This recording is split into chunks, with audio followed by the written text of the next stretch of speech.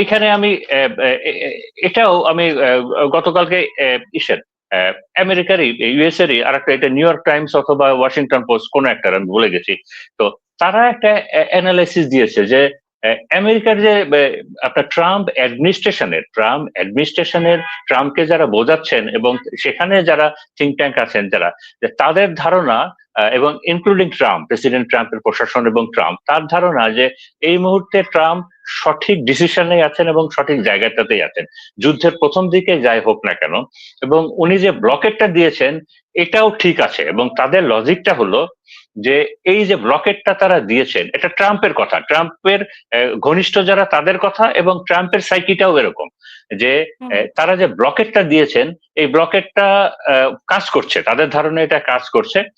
এবং মোটামুটি ইরানের যে তেলের যে যাতায়াত, এটা 85% তারা কন্ট্রোল করতে পেরেছে। এবং তাদের ধারণা যে ইকোনমির অবস্থা, ইরানের ইকোনমিক অবস্থা যথেষ্ট খারাপ।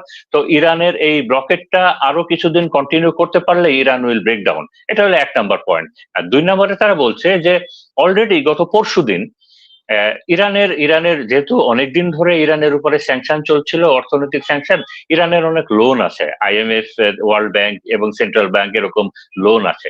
তো অলরেডি সেন্ট্রাল ব্যাংক থেকে ওয়ার্ল্ড সেন্ট্রাল ব্যাংক থেকে ইরানকে একটা ওয়ার্নিংও ইস্যু করা হয়েছে যে এই লোন, 12 বছরের লোন পরিশোধ, এই বিভিন্ন ইস্যুতে আর কি। তো এটাও আলটিমেটলি ইউএসএ করিয়েছে। তো এটাকেও ইউএসএ একটা পজিটিভ সাইন দেখছে যে সেই ইরান এখন ব্যাকফুটে আছে, ফলে ইউএসএর এই প্রেশারটা কাজ করবে। এরপরে এটা গত পরশুদিনের এটা যে এই সিজফায়ারের ভিতরে ইরানের গভর্নমেন্ট তারা একটা অ্যাসেসমেন্ট করেছে যে এই সম্পূর্ণ যুদ্ধে তাদের ক্ষয়ক্ষতি কেমন হয়েছে। তো দেখা গেল যে ইরানের বেশ অনেক ক্ষয়ক্ষতি হয়েছে, এবং আর্থিকভাবে যদি এটাকে করা যায় প্রায় $1 ট্রিলিয়ন মতো ক্ষয়ক্ষতি হয়েছে ইরানের বিভিন্ন সামরিক বেসামরিক সবকিছু মিলায়, ইনফ্রাস্ট্রাকচার সবকিছু মিলিয়ে। তো এটাও এটাও আমেরিকান প্রশাসনকে অনেক সাহস দিচ্ছে যে না, ইরানকে তারা একটা ব্যাকফুটিং এর জায়গায় নিতে পেরেছে। এর পরের এটা হলো যে আপনার গত যে নেগোসিয়েশনটা ছিল, না এটা আরেকটা পয়েন্ট আছে যেটা যে ট্রাম্প প্রশাসন ধরে নিচ্ছে যে এই যে সিজফায়ারটা আছে এই সিজফায়ারটা তো কাজ করছে, কারণ ইরান তো যুদ্ধ করছে না, ইরান তো আমাদের সিজফায়ারটা মেনে নিছে। তো তার মানে ইরান নেগোসিয়েশনের জন্য রেডি আছে।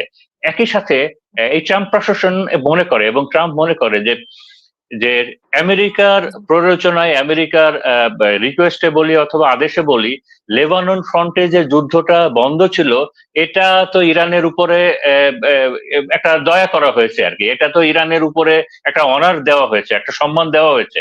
তাদের রিকোয়েস্টে, তাদের সম্মানেই তো এই এই লেবানন ফ্রন্টের যুদ্ধটা বন্ধ করা হয়েছে। তো ইরানকে কৃতজ্ঞতা থেকে কৃতজ্ঞ হয়ে এখন তো নেগোসিয়েশন টেবিলে আসার কথা, মানে এটাকেও তারা একটা বড় বার্গেনিং পয়েন্ট হিসেবে দেখছে। একই সাথে আরেকটা বিষয় তাদেরকে অনেক বেশি সাহস দিচ্ছে যে এটা, যে গত যে নেগোসিয়েশন টেবিলে তারা বসেছিল পাকিস্তানে, সেখানে প্রায় প্রায় মানে এটা এটা ভেতরের যে রিপোর্টার ছিল, সেই ভেতরের রিপোর্টাররাও এটা বলেছিল যে এই ট্রিটিটা ওয়াজ অলমোস্ট ডান, শেষ মুহূর্তে এটা ভেস্তে গেছে। আবার রয়টার্স এর একটা রিপোর্টেও এসেছিল যে দুইটা গ্রুপের আন্ডারস্ট্যান্ডিং প্রায় 80% জব ডান হয়ে গেছিল, তো শেষ মুহূর্তে এটা ভেস্তে গেছে। তো তার মানে ট্রাম্প প্রশাসনও ধরে নিচ্ছে এবং ট্রাম্পও ধরে নিচ্ছে যে গত নেগোসিয়েশনে তো আমরা মোটামুটি 80% একটা ডান অবস্থাতেই ছিলাম, তো তার মানে এই এই নেক্সট নেগোসিয়েশনটা মনে হয় অত ডিফিকাল্ট হবে না। একই সাথে এখানে পাকিস্তান তো প্রো আমেরিকান, পাকিস্তান তার থেকে বেশি হলো সৌদি আরব এবং মিশর, ইজিপ্ট, তারাও কিন্তু এই যে নেগোসিয়েশনে একটা টিম হিসাবে ইরানের উপরে একটা ডিপ্লোম্যাটিক্যালি একটা প্রেশারও দিয়ে যাচ্ছে যাতে ইরান এই নেগোসিয়েশন টেবিলে আসে। তো একটা একটা একটা পুশ দিয়ে যাচ্ছে এই নেগোসিয়েশনের জন্য। তো সবকিছু মিলে ট্রাম্প এবং ট্রাম্প প্রশাসন মনে করছে যে এই নেগোসিয়েশনে আসার জন্য অনেক কারণ আছে, ইরান আসবে এবং সব থেকে বড় কারণ যে ইরান এই যে বিভিন্ন ধরনের যে প্রেশার দেওয়া আছে, ইরান তার ব্রেকিং পয়েন্টের কাছাকাছি আছে, যে ইরান নেগোসিয়েশনে আসতে বাধ্য। এবং একই সাথে এটাও তাদের নেগোসিয়েশনের অংশ হিসাবে এটাকেও অনেকে আমেরিকান টেন্ডেন্সি বলে, যে যে কোনো আপনি হিস্ট্রি ঘাটলেই দেখা যাবে যে নেগোসিয়েশনের সময়ে তিনটা জিনিস আমেরিকা করে সব সময়, যে তারা এক্সট্রিম একটা মিলিটারি প্রেসার বজায় রাখে তার শত্রু দেশের উপরে, একই সাথে তারা একটা প্রচন্ড ইকোনমিক একটা ব্লকেট দিয়ে রাখে, একটা স্যাংশন দিয়ে রাখে, আপনার এক্সট্রিম মিলিটারি প্রেসারও বজায় রাখে, এক্সট্রিম একটা ইকোনমিক প্রেসারও দিয়ে রাখে, একই সাথে একটা ডিপ্লোম্যাটিক প্রেসারও দিয়ে থাকে। এটাকে এই মডার্ন ডেজে এটাকে অনেকটা রিগান টেকনিক বলে। মানে আমেরিকার প্রেসিডেন্ট ছিলেন আপনার রোনাল্ড রিগান। তো সোভিয়েত ইউনিয়নের সাথে আফগানিস্তানের যে প্রথম যে যুদ্ধটা হয় সেখানে তো সোভিয়েত ইউনিয়ন ব্যাক অফ করে। তো ওই যুদ্ধের ওই ট্রিটির সময় রিগান এই টেকনিকটা ফলো করেছিল, যে এক্সট্রিম মিলিটারি প্রেসার, একই সাথে ইকোনমিক ব্লকের ইকোনমিক প্রেসার, এবং একই সাথে ডিপ্লোম্যাটিক প্রেসার, এবং সাথে শত্রুকে মুখ রক্ষার জন্য একটা উইন্ডো খোলা রাখা, যাতে করে আমেরিকার সুবিধা মতো একটা ট্রিটি হয়, আবার শত্রু যে দেশ সেও মোটামুটি মুখ রক্ষার একটা একটা সাইন করে চলে যেতে পারে। তো ট্রাম্প ধরে নিচ্ছে এবং ট্রাম্পের প্রশাসন ধরে নিচ্ছে এই যে ব্লকেট দেওয়া হয়েছে এবং যে মিলিটারি প্রেসার, ইকোনমিক প্রেসার এবং যে প্রেসার গুলো সে এখন আছে, এটা তার জন্য রাইট মুভ, এবং তার জন্য এটা রাইট মুভ, এবং ইট ইজ ওয়ার্কিং।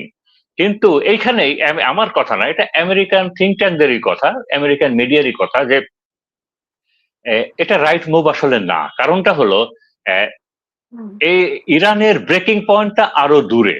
মানে এই যে যত ধরনের ব্লকেড এবং স্যাংশন এবং যত ধরনের প্রেশার দেওয়া হচ্ছে, ধরে নেওয়া হচ্ছে যে ইরানের ব্রেকিং পয়েন্ট আমরা টাচ করতে পারবো, বাট ইরানের ব্রেকিং পয়েন্টটা আরো অনেক দূরে, এবং ইরানের এক্সটার্নাল এবং ইন্টারনাল ওই সাপোর্টটা আছে, যে সাপোর্টটার জন্য তাদের ব্রেকিং পয়েন্ট টাচ করতে যত দূরে যাওয়া লাগবে, ইউএসএ ইসরায়েলের এই মুহূর্তে ওই ক্যাপাবিলিটিটা নাই, ইউএসএ এবং ইসরায়েলের ওই ক্যাপাবিলিটিটা নাই।